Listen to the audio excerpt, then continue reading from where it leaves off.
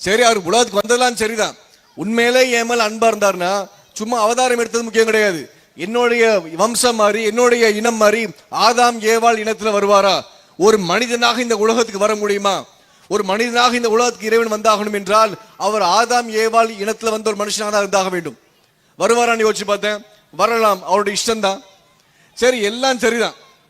அவ்வளோ அன்பா இருந்தாருன்னா இந்த உலகத்துக்கு என் பிரச்சனை எல்லாம் தெரிஞ்சிடும், என்னுடைய சரீரத்தின் வேதனை தெரியும் அவருக்கு.